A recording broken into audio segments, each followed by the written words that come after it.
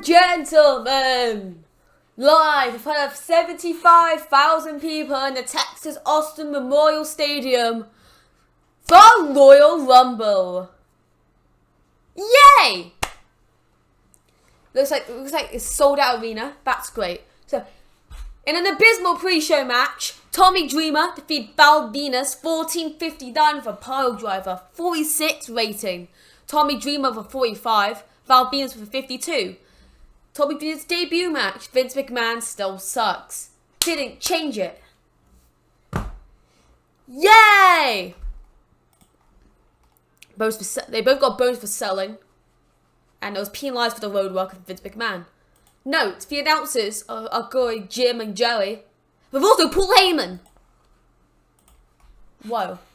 In the second pre-show match, Steve Corino defeats D'Lo Brown, Chaz, Tiger Ali Singh, and Spike 1913 when Steve Corino pins Tiger with an old school explosion. And Tiger was, of course, the worst. Oh, Spike sustained a damaged heel. Ah, shit. Yikes. Corino with a 43, D'Lo with a 44, Chaz with a 41, Tiger with a 23, Spike with a 35. Corino debuts old school heel gimmick. Injury made the quality of Spike's performance even worse. Selling, because star quality. I think everyone besides Chaz got a bonus from something. Yeah, disrupted by injury. Perfect! And thank you for telling me. Tiger Ali Singh, obviously. In a pre-show bout that had a decent reaction from the crowd, but subpar wrestling, Ivory defeats Chyna and Lita 15:29 when Ivory pins Chyna with a facebuster. She makes defense number 1 of her women's title. However, she was the weak link in the match, which could say that maybe she'll be losing her title pretty soon. Chyna with a 63, Lita with a 61. Of course, I didn't change it. Of course, I didn't change it. I was hyped about the Rumble. Chyna got some bonuses. Ivy got a bonus. Leah got the same bonuses as Chyna. Leah was also experienced. And Paul Bell sucks. Whoa. In a terrible pre-show match, Steven Richards defeats Al Snow 10:57 with a Stevie kick. 61 rating. Al Snow with 59, Steven Richards with 53. The announcing and colour commentary did boost the match, luckily. Steven was inconsistent. Besides that, it went smoothly. I'm thinking, if I remember correctly, this is the final pre-show bout with terrible wrestling and a non-existent crowd heat. Kai and Tai defeat Grandmaster Sexay and Steve Blackman when you have to remember in 15:27 when Taka pinned Sexay with a Michinoku driver. Grandmaster Sexay and Taka Michinoku with a 56, Steve Blackman with a 54, and Funaki with a 52. Vince McMahon still sucks. Star quality, selling for star quality, selling, tag experience. Funaki and Sexay were inexperienced and Vince McMahon sucks. So we start off the show with the opening package. We started off this video. Hopefully. I hope it did. And also, this is just here so I have an excuse to advance all the storylines. Even if not in here, I'm able to set it, so I've set all the storylines to advance. Of course, there's some I don't need to advance, like these two. But every other storyline needs to advance. 76 rating. Yeah, I shoved the best people in. That's why all of the major stars, plus Nash, Benoit, and Jericho. Performance of The Rock was good, performance of Angle was good. Austin came across well. Benoit did poorly. Triple H struggled because he went following the script, but had great chemistry with Steph. Angle and Austin did good, going off script. Benoit slightly struggled. Actually, Hunter also slightly struggled. Undertaker struggled a lot. And look at all the bonuses. Bam, bam, bam, bam, bam. So the opening contest. Edge finding a partner for Big Show. So yeah, Christian was out, but Edge found someone. Well, are they good enough to replace Christian? Well, in a bout that had a decent reaction from the crowd, with subpar wrestling, Test and Albert defeated Edge in the Big Show in 11:59 when Test pinned Edge with a pump handle slam. TNA win the tag team titles. Yeah, so not only did he go over the 10-minute mark, so Edge was like, well, they were like that before Christian was injured. I don't think Edge cared about that anymore. But still, Test not only won the match, but also pinned the champion Edge, which makes it a little bit more legitimate. Big Show with a 72, Edge with a 65, Test with a 60, Albert with a 54. And I don't want to read this, so I'll just go through. And you can read it yourselves. Next up, we have Rhino versus that William Regal. In a bout that had a decent reaction from the crowd, but subpar wrestling, Rhino defeats William Regal in 11:03 by pinfall with a gore. Rhino wins the European title. 70 for Regal, 56 for Rhino. Christmas star quality, selling charisma, they're able to do. Rhino's inconsistent and odd. Not February. It's a new time. I can get everything sorted out. But yeah, we have a new European champion too, in the form of the Man Beast, Rhino. And then post-match, William Regal, he tried to sneak attack on him from behind as he was celebrating. Rhino catches the hand of William Regal and pulls off the knuckle brass before throwing Regal outside of the ring. He makes sure the knuckle brass are visible to the camera and snaps them in half. Because he's strong boy. Good! Bonuses. Next up, we have a promo. Benoit. It was the match. Benoit versus Dallas Pierce. It was originally supposed to be a normal one-on-one match. But Benoit, he's the champ. He didn't want to fight DDP. He would beat DDP. But since he has to, he wants to add a stipulation. He wants to make sure that DDP proves himself as the champion if he is able to defeat Chris Benoit. In a 30-minute ultimate submission match.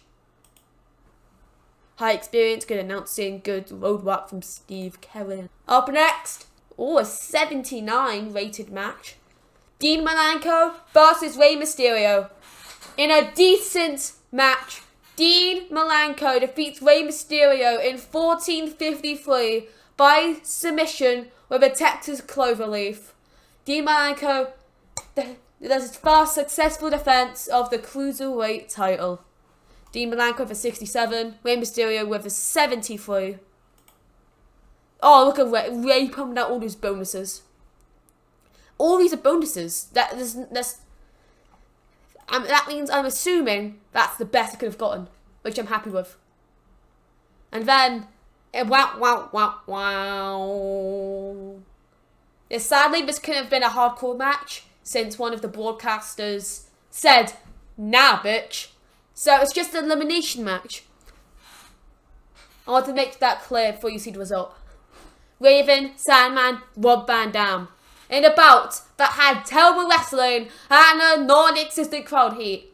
Raven retains his title by defeating Sandman and RVD in 13:22. The order of elimination was Sandman first, then Rob Van Dam. Raven makes defense number 5 of its hardcore title. Raven with a 62, RVD with 56, Sandman with a 41. Raven was off his game. It actually could have been better. Raven was off his game. It could have went better. Sandman also took a stunt bump to make it more hardcore. Hardcore. Amazing heel. Or 83 rated segment. Triple H, he's interviewed about Angle. Basically, just repeats a lot of the same stuff he said on Raw about Angle. like making fun of how he won he's won a gold medal. How he's a disgrace of a champion. Blah blah blah blah. I'm not good at promos.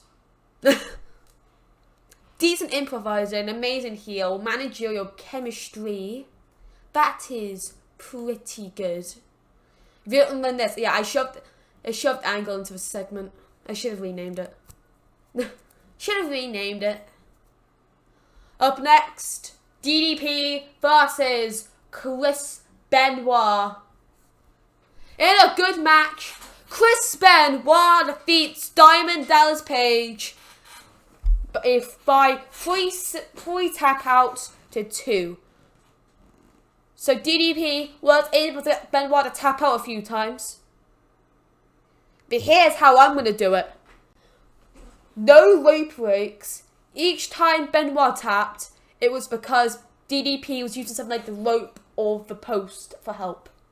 So he never did it truly by his own. On his own. Whatever you say.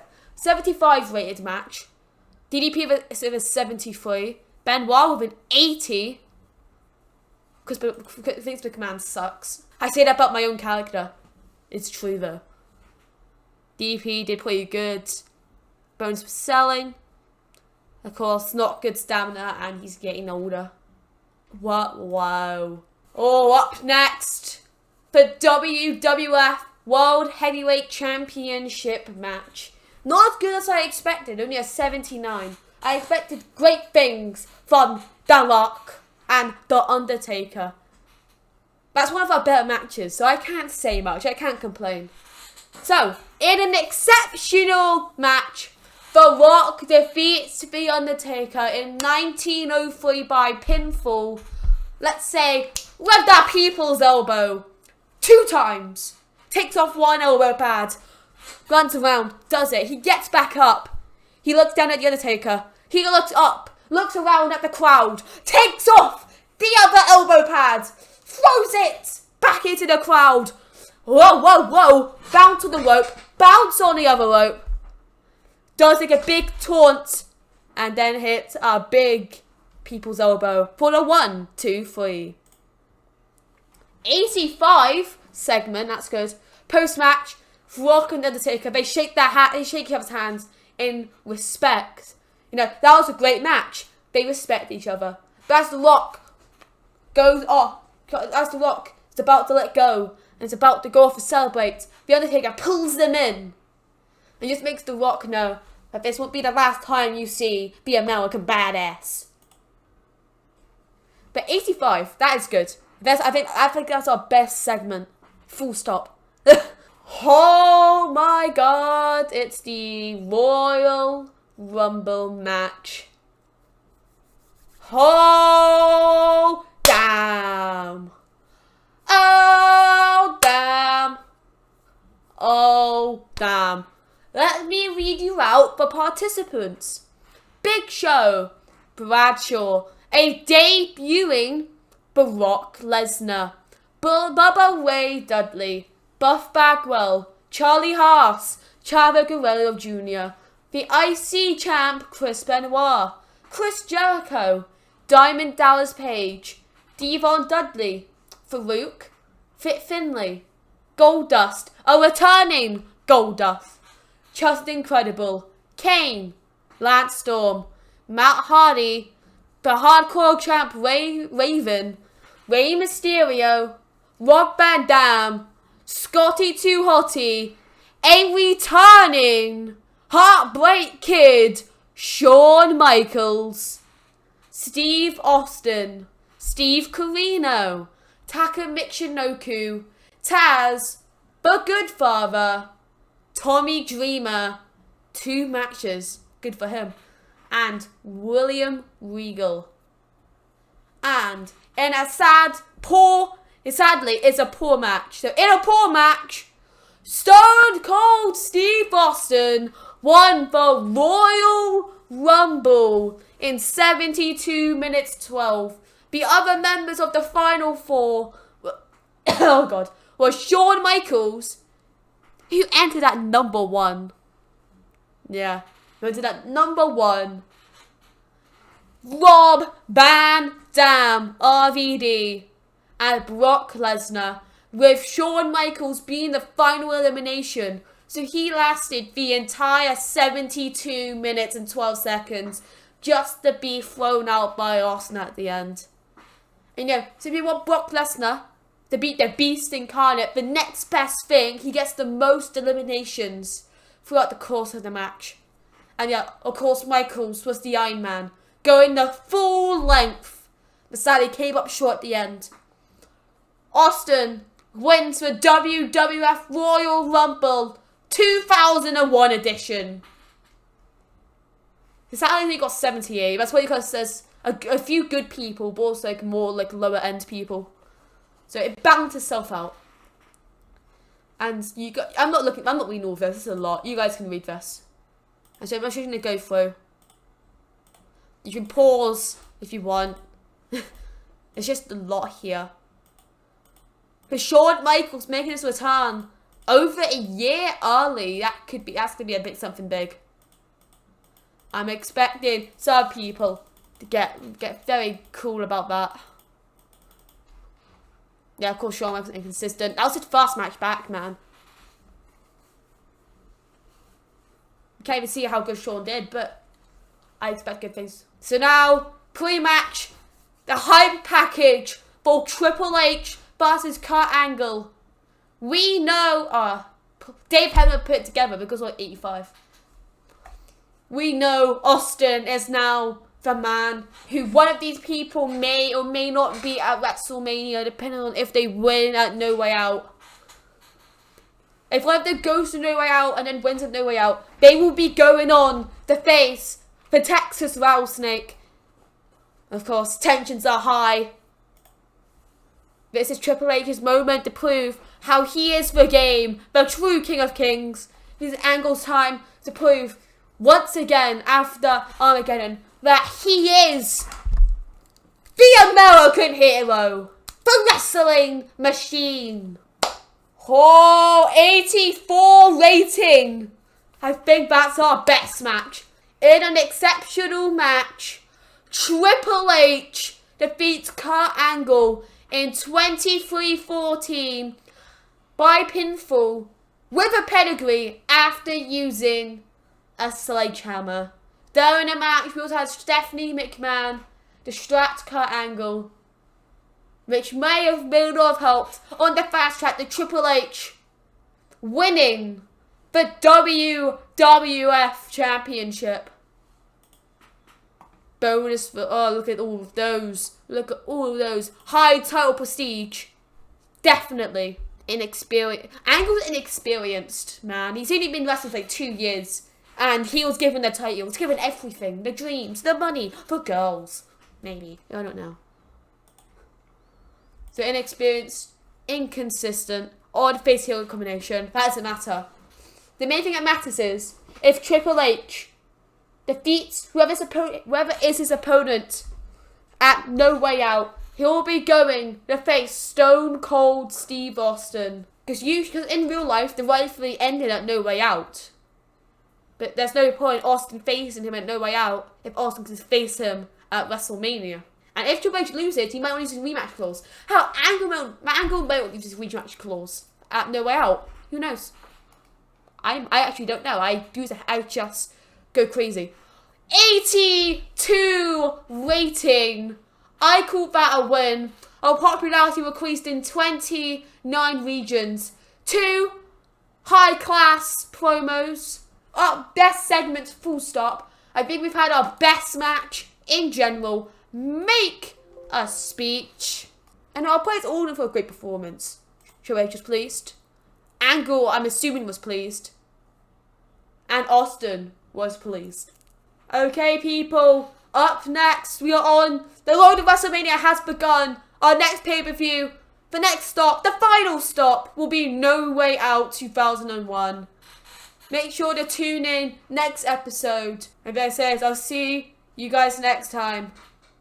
But before then, if you enjoyed the episode, make sure to slap that like button if you want to see more. Make sure to comment what you thought of the show.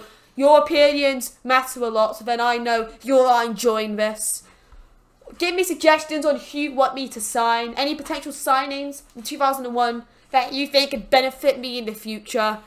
And general storylines that I could do which could improve your viewing content. Share this with anyone who enjoys TEW content. And subscribe and smash the notification bell so you never miss a video. I'll see you guys next time. Old intro time. Outro out.